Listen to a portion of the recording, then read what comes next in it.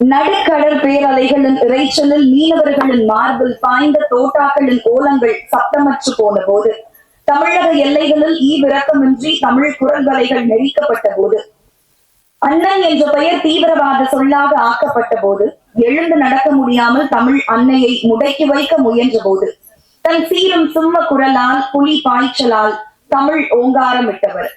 தன் வீரிய பேச்சால் ஓட்டு வேட்டை ஆடியதை விட தமிழர் ஒற்றுமை போரை துவக்கி வைத்தவர். தமிழகத்தின் மூளை முடுக்கெல்லாம் தமிழ், தமிழர், தமிழர் பண்பாடு, உரிமை, விவசாயம் போன்ற வீரிய எண்ணங்களை விதைத்தவர். ஜாதி, மத, இன, ஆண், பெண் பேதமின்றி இயக்கம் கண்ட ஒருங்கிணைப்பாளர். இளைஞர்களின் மனதில் தமிழ் கொடியேற்றி பட்டொளி வீசி பறக்க விட்டிருக்கும் இயக்குனர், நாம் தமிழர் கட்சியின் ஒருங்கிணைப்பாளர், பேச்சாற்றல் மிக்க மாமருதன் திரு சீமான் அவர்களை வார்த்தை வாழ் வீச அழைக்கிறேன்.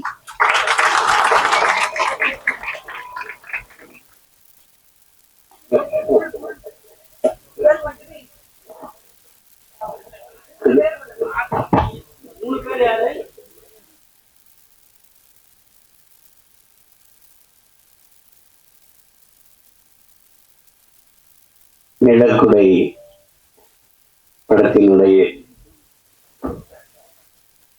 பாடல் வெளியீட்டு விழாவிற்கு வந்திருக்கிற என்னுடைய பேரன்பிற்கும் பெருமதிப்பிற்கும் உரிய பெருமக்கள்,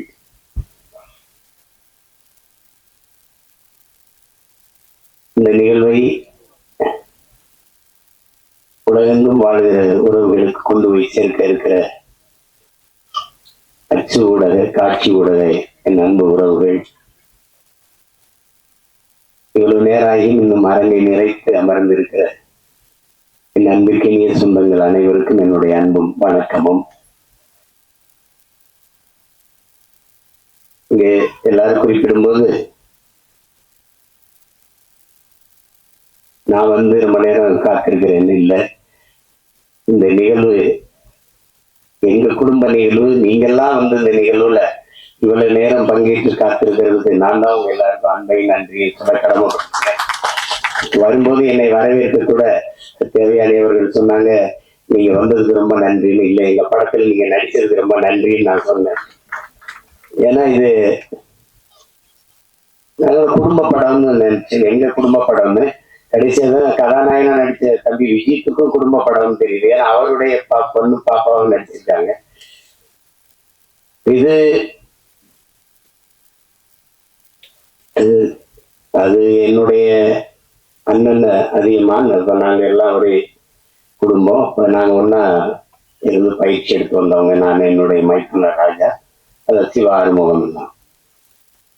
இப்ப கூப்பிடும்போது நம்ம இது எனக்கு உண்மையிலே தெரியாது தேவையானவர்கள் இதுல நடிச்சிருக்காங்கன்ட்டு.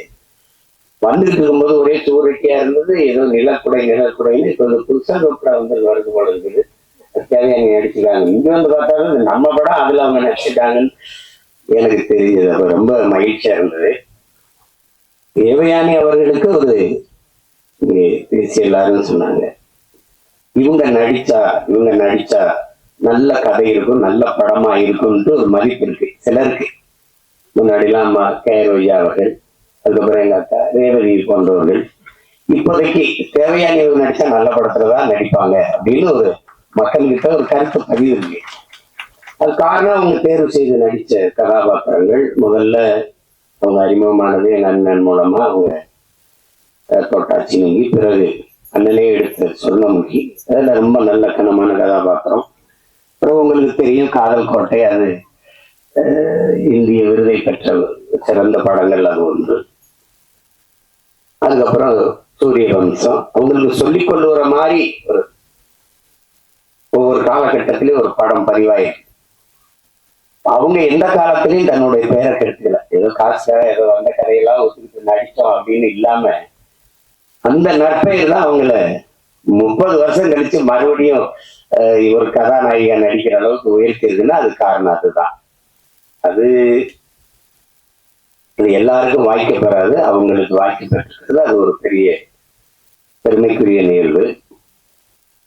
இங்கே பல மேதைகள் எல்லாருமே என்னுடைய அன்பு உறவுகள். என்னுடைய அண்ணன் மனோஜ்குமார், என்னுடைய சியான், நாங்க சியான் தான் பேசிப்போம்.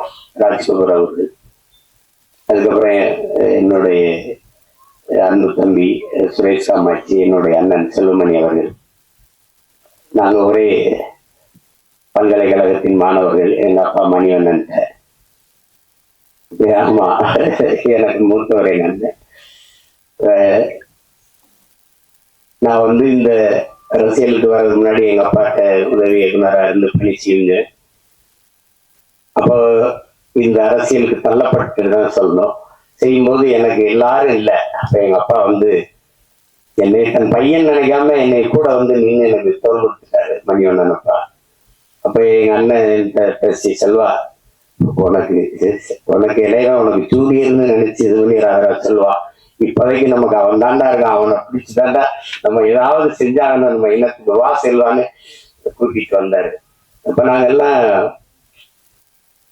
எப்படி சொல்றதுன்னா குடும்ப உறவோட கொள்கை உறவாக இணைந்தவர்கள் நாங்க அண்ணன் தம்பிகள் எல்லாம். அப்படி என்னுடைய அண்ணன் சிவா எனக்கு ரொம்ப என் மேல ரொம்ப அன்பு.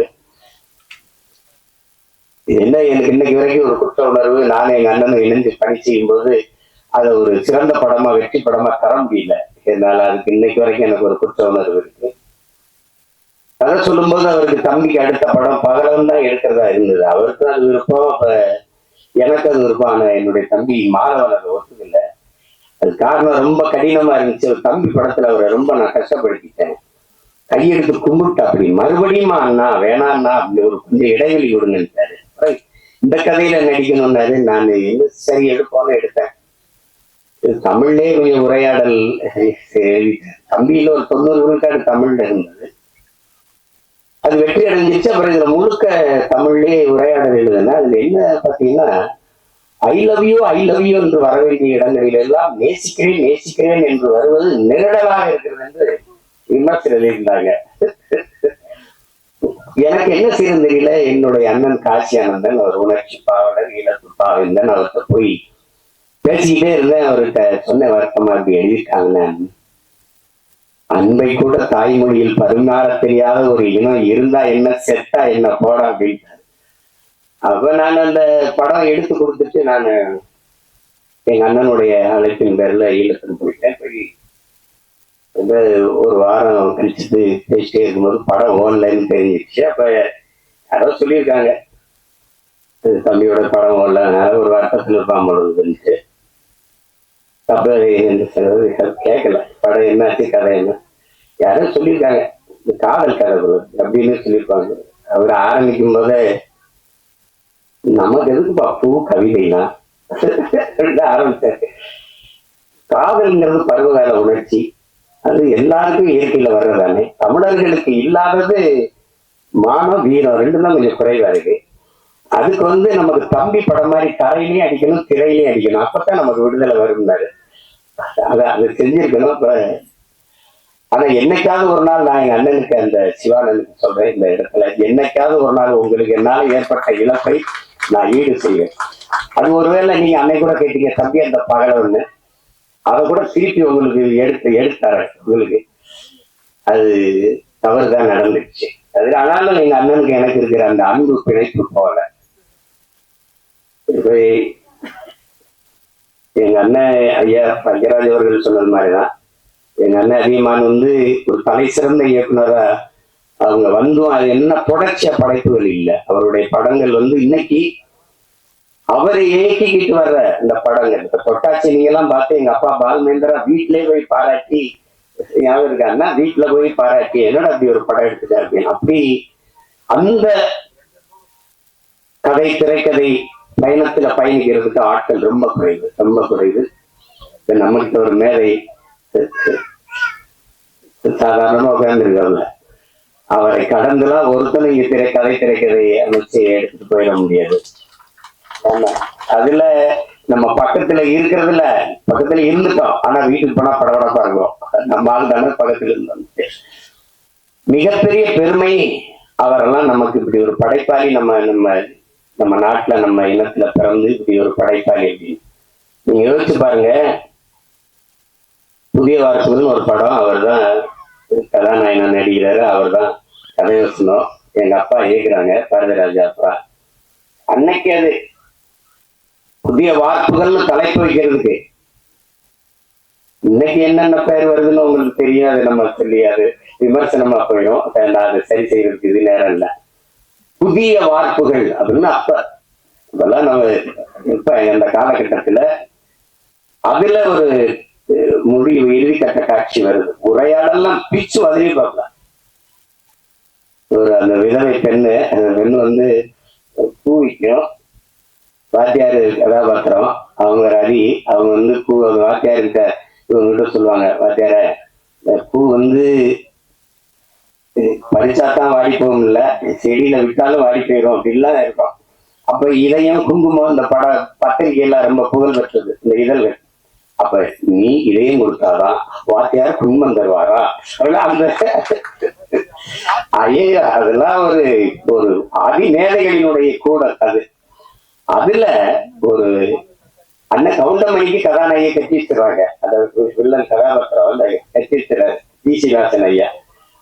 அப்ப அது ஆனா இவங்க வாத்தியாரும் ஒரு காதல் இருக்குது. அப்ப ஊரை விட்டு ஓடும் போது அந்த விதவை பெண், அந்த பூக்காரி, இந்த காளியாசிரியர் எல்லாம் ஓடும்போது இந்த காதலர்கள் சேர்றதுக்கு ஒரு இடையூறா ஒண்ணு இருக்குது. ஆனா அவர் கட்டின தாலி, இந்த கலாச்சாரம் தாலிக்கு இந்த சமூகம் ரொம்ப முன்னுரிமை கொடுக்குது.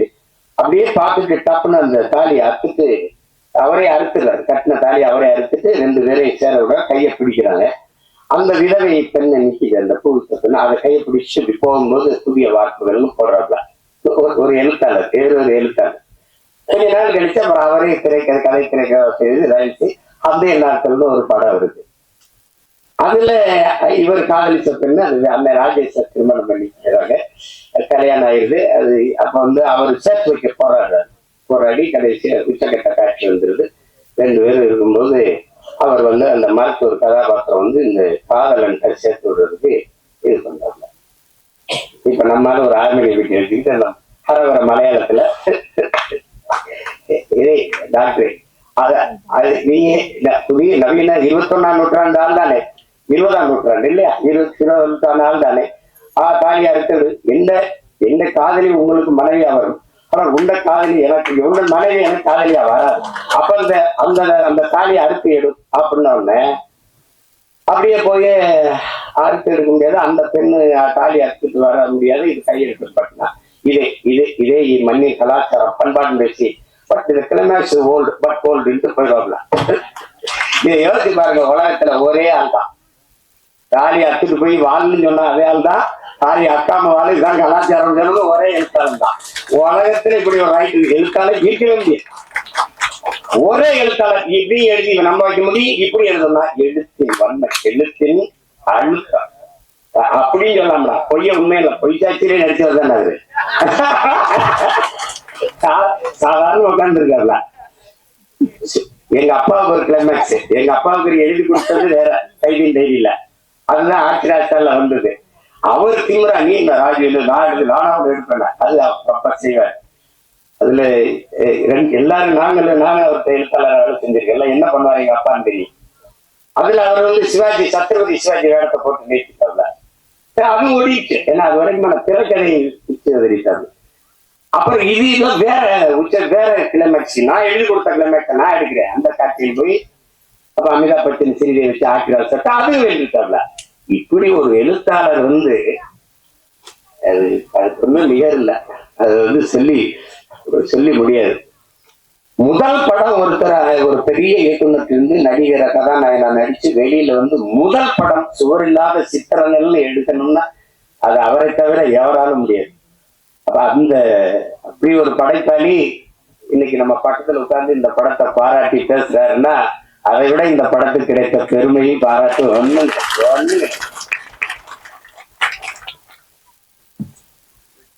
ஒரு குடும்ப பங்கான படத்தை எடுத்து அதை தரமான வெற்றியடை வைக்க முடியும். எளிய கதாபாத்திரங்களை வைத்துனா அது அவரால் தான். ஒரு கதையை வந்து 2 காலில் அவர் சொல்றாங்க. பேவர் பில்லிங்ஸ்ல வந்து கதை கேட்கிறாங்க. அப்ப அவர் போய் கதை சொல்றாரு. ஐயா கதை சொல்லும் போது அவங்க குப்பத்தொட்டி சார் அதுல ஒரு குழந்தை சார்னு அவரே சொன்னதுதான். குப்பத்தொட்டி சார் அதுல ஒரு குழந்தை சார்னு அவருக்கு பிடிக்கல. அப்புறம் பெரிய ஆளாயிட்டாரு.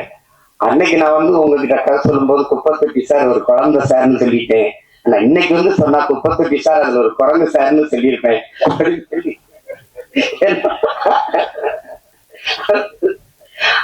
அது ரொம்ப சாதாரண ஒரு வாத்தியார் கை குழந்தையோட ஊருக்குள்ள வரான்னு முந்தானை முடிச்சு ஒரு பாட்டை எடுத்து அப்ப எங்க ஊர்ல பரமக்குடியில எங்க அண்ணனுக்கு தெரியும் ராமநாதபுரத்துலதான் ரிலீஸ் பரமக்குடியில 2வது தரம் தான் வரும். அப்ப ஜெகன்ல எங்க அன்னைகள்லாம் நாங்க படிச்சிருக்கோம். எங்க அன்னைகள்லாம் சைக்கிள் வச்சிருப்பாங்க. அவருக்கு படத்தை போய் பார்த்து வந்துட்டு ஒரே குழம்பு தம்பி வாய்க்கிறாங்கன்னு எந்த குறையும் இல்லாம இருக்கணும் பாயப்படம் முந்தான முடிச்சுன்னு ஒரு படம்னா அவங்க ரொம்ப இதுல நம்மளே இந்த காலத்துல போய் ஏன்னா நாங்க மறுபடியும் 2வது வெளியீடு வந்தா தான் பார்க்க முடியும். அப்படி பல படைப்புகளை தந்து இன்னைக்கு அமைதியா உட்கார்ந்துருக்காங்க. அவரு நம்ம கூட இருக்கிறாருங்கிறதே திரை உலகில் அது ஒரு மைல்கல். K.S. சுபாலகிருஷ்ணன் ஒரு மைல்கல்னா அது ஒரு மைல்கல். பாக்கியராஜ், பாரதி ராஜா, மகேந்திரன், பாலு மகேந்திரன்லாம் அது ஒரு பல்கலைக்கழகங்க. அப்படி ஒரு பெருமைக்குரிய கலைஞர் நம்மோட இருந்து இந்த படத்தை வாழ்த்துறாருங்கிறத விட பெருமை வேற என்ன இருக்குது. அதுக்கப்புறம் இங்க இருக்கிற என்னுடைய தம்பி பேரரசு தொடர்ச்சியா வெற்றி படங்களா கொடுத்தா. அவங்க வறுமையை கூட சொன்னாங்க எல்லா ஊரையும் அறிமுகப்படுத்தினது அவன் தான் என் தம்பி. அதுக்கப்புறம் என் தம்பி ரவி மரியா கதாநாயகனா நடிச்ச விஜித்து எனக்கு ரொம்ப தெரியும். ரொம்ப என்னுடைய தம்பி என் தம்பி தமிழ் குமரன். நாங்க ஒரே குடும்பம். தமிழ் நான் வந்து ஒரு தாயின் வயிற்றுல பிறக்கலை வெளியே ஏன் பிறக்கலைன்னா ஒரு தாயின் வயிறு தாங்காதுன்னு தனித்தனி தாய்க்கு பிறந்தோம். அப்படி ஒரு அண்ணன் தம்பி நாங்க. அந்த எங்க குடும்பத்துல விஜித் ஒருத்தர். அது விஜித் தான் நடிச்சிருக்கான்னு எனக்கு உண்மையிலே தெரியாது. வந்தவன கிட்ட வந்து நான் தானே கதாநாயகன் நடிச்சிருக்கேன் என்னப்பா சொல்ற அப்படி எல்லாமே ஒரு வியப்பா இருந்துச்சு எனக்கு. எல்லாம் ரொம்ப மகிழ்ச்சியா இருந்தது. அதுல உட்காருங்க அவர் நல்லா வரணும். இந்த படத்தை பார்க்கும்போது நான் படம் பார்க்க நேரத்தை அழைக்கும் போது எனக்கு நேரம் ஒத்து வரல, கிடைக்கல. இது இப்ப அதனால நான் படத்தை முதல்ல பார்க்க போட்டு காட்ட அதை வச்சு பேசிடுறேன். எங்க அண்ணன் செல்வமணி எல்லாம் குறிப்பிட்டு பேசுன மாதிரி அது ஒளிப்பதிவு செய்த நம்ம குருதேவ் அவர் வணங்கான்லயே ரொம்ப சிறப்பா பண்ணியிருந்தாரு. ரொம்ப அருமையான ஒளிப்பதிவு. அப்ப இந்த இசை இப்படி ஒரு படத்துக்கு இப்ப ஒரு பெரிய ஆடல் பாடல் படம் அடிக்கடி படம்னா சமாளிச்சிடலாம். குடும்ப கதையில் மென்னுணர்வை நகர்த்துற படங்களுக்கு இசையமைக்கிறதுங்கிறது ரொம்ப கடினம். அதை ஒரு இளைய பிள்ளை வந்து நவீன் பாலகுமார் செஞ்சிருக்காருங்கிறது ரொம்ப பாராட்டுக்குரியது. அது மனதில் நிற்கிறது போல மெல்லிய இசையால் வருடணுங்கிறது ரொம்ப கடினம். இசைங்கிறது இப்ப ஒளிகளின் குவியல் தான். இந்த ஒளி செவியில போய் நின்றுச்சுன்னா அது இல்லை, அது உள்ள போய் இதயத்தை வருடிச்சுன்னா அது இசை ஆயிடுது. அப்படி ஒரு இசையை தந்த ஒரு இளவல், அவருக்கு என்னுடைய அன்பும் வாழ்த்துக்களும். பாடல் வரிகளை தந்த அவங்க ஒரு பெண்மகள். ரொம்ப நாளைக்கு அப்புறம் ஒரு பெண் கவிஞராக வர்றதை நம்ம பார்க்கும்போது ரொம்ப பெருமையா இருக்கு. உங்களுக்கு பெரிய இடம் காத்திருக்குது. நல்ல வரிகளை அழகாக எங்க அண்ணன் அவ்வளவு நினைவில் வச்சு எங்க அண்ணன் மனோஜ்குமார் அவர்கள் சொல்லிட்டாங்க. ஆமா, நரேன் பாலகுமார் அவர்கள் நல்லா செஞ்சிருக்கீங்க. வாழ்த்துக்கள் வாழ்த்துக்கள். நாங்கெல்லாம் திரையுலகில் இருந்து வந்திருக்கோம். எங்களுடைய மேட்டூர் சட்டமன்ற உறுப்பினர் அவர் எங்களுடைய அன்புக்காக இந்த விழாவுக்கு வந்திருக்கிறார். அப்புறம் கதாநாயக நடிச்ச கண்மணி அவர்கள், அவங்களுக்கு நல்ல வாய்ப்பு இந்த படத்துல. விஜித்தும் அவருடைய பங்களிப்பும் பெருமைக்குரியது. எல்லாத்தையும் விட மிகுந்த பாராட்டுக்கும் நன்றிக்கும் உரியவர். இது மக்களிடத்தில் கொண்டு போய் சேர்க்கிற பெரும் பணியை செய்ய இருக்கிற நன்மைக்குரிய தம்பி யுவராஜ் அவர்கள் தான். அவருக்கு தான் இது ரொம்ப, உங்களுக்கு தான் என்னுடைய நன்றியும் அன்பும் வாழ்த்துக்கள். உறுதியாக வெல்லும் படம் வந்ததுல பெரிய படம் சின்ன படம்லாம் ஒன்றும் இல்லை. உண்மையில நான் வந்து கோர்ட்டுன்னு ஒரு படம், தெலுங்கு படம், இரவுல 2 மணி நேரம் கொஞ்சம் மண்டை அழுத்தமா இருந்த தூக்கம் கொஞ்சம் பார்ப்பேன். ஒரு யாராவது சொல்லி அண்ணன் இந்த படத்தை பாருங்கன்னா கொஞ்சம் பார்த்து தூங்குறது. ஆனா அந்த படத்தை போட்டு தூங்கவே முடியல. கோர்ட்டுன்னு ஒரு படம், இது தமிழ் பதிப்பு பார்த்தேன். சின்ன படம் 6 கோடிக்கு எடுத்தாங்களாம். நான் பாக்குற போது எனக்கு சொன்னாங்க 60 கோடி வசூலிச்சிருக்குங்க அப்படின்ட்டு. அப்ப இவங்க சொன்ன மாதிரி பெரிய படம் சின்ன படம்லாம் ஒன்றும் அளவு இல்லை. ஓடுற படம் ஓடாத படம் தான். இப்ப என்னுடைய தம்பி நம்ம ஜேஎஸ்கே எடுத்துருக்கு ஃபயர்னு ஒரு படம், அன்னைக்கு எங்க அண்ணங்களாம் சொன்னாங்கன்னு பார்த்தேன்.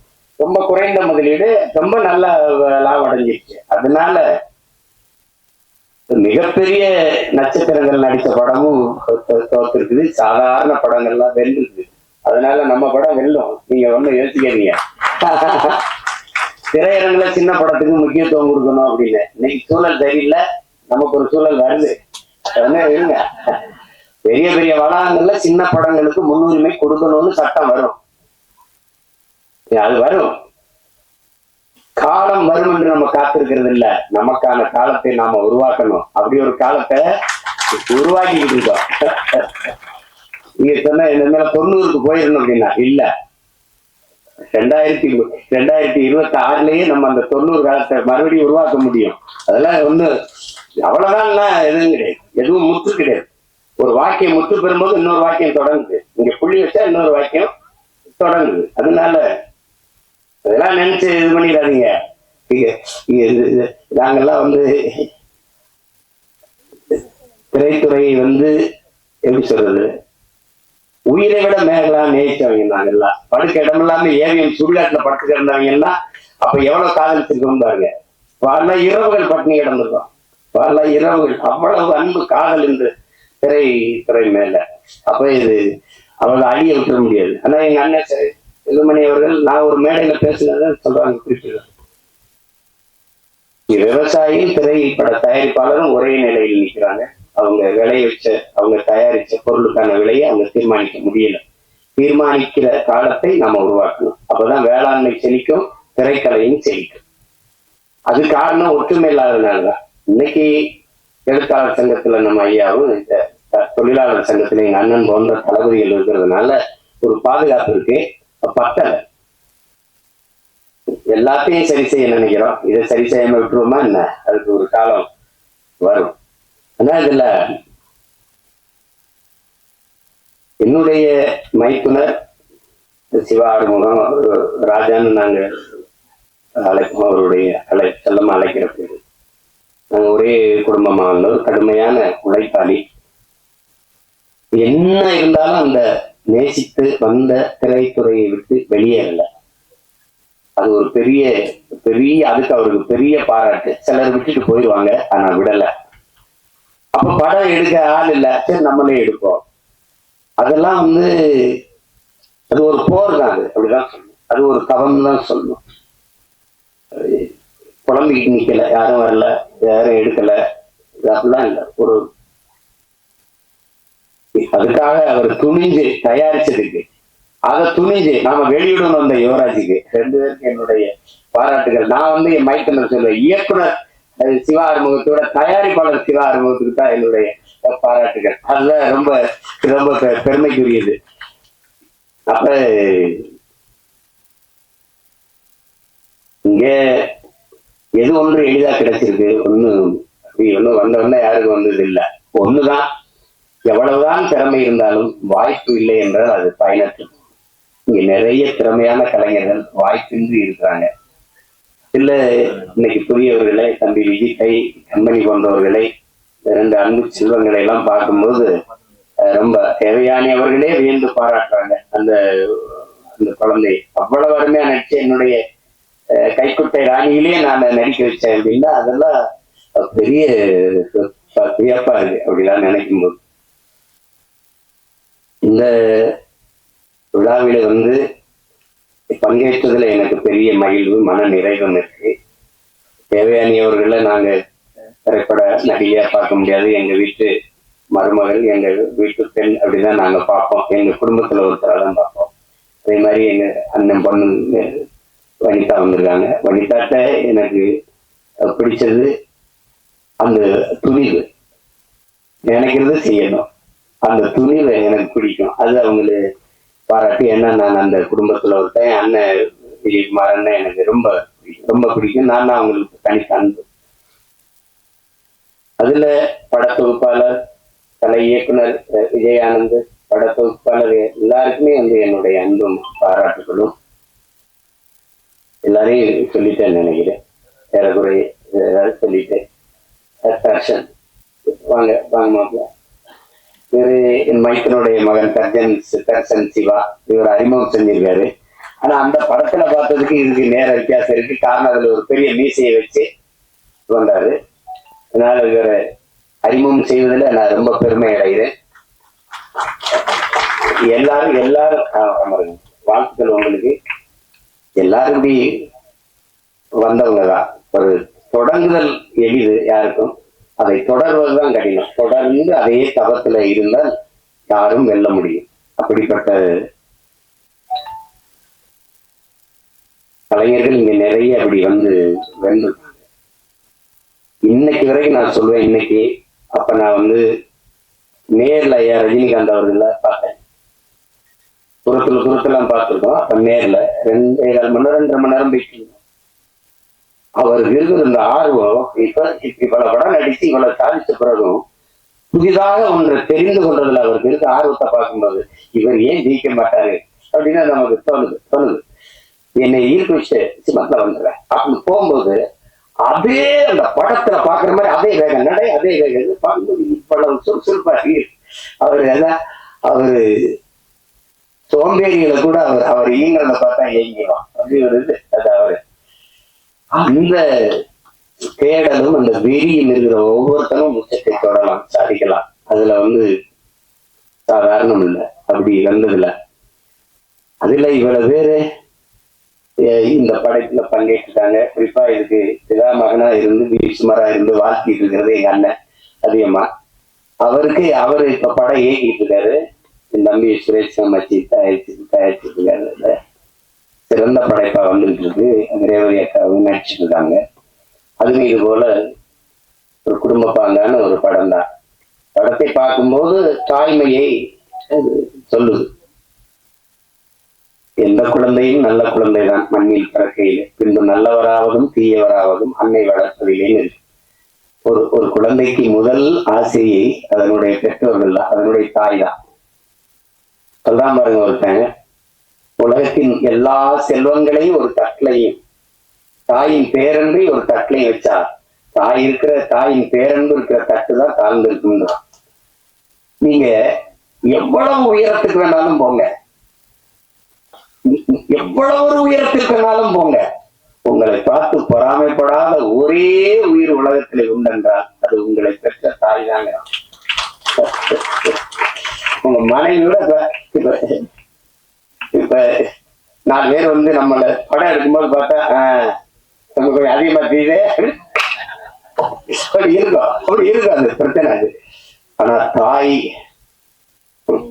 என்ன நபிகள் சொல்லுவாங்க, சொர்க்கத்தை எங்கேடா தேடி இருக்கேன், அது ஒரு தாயின் காலடியில இருக்குடாங்கிற.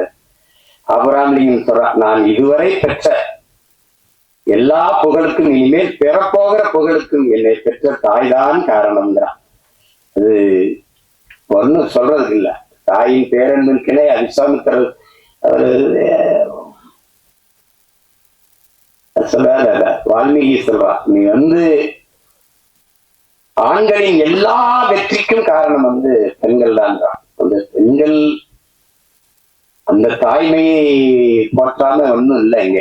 அததான் அந்த படம் வலியுறுத்துது. சுருக்கமா அது வலியுறுத்துது. அந்த தாய்மையை தாங்கி நிற்கிற தகுதி அந்த கதாபாத்திரத்தை ஏற்றிருக்கிற நம்ம தேவயானி அவர்களுக்கு இருக்கு.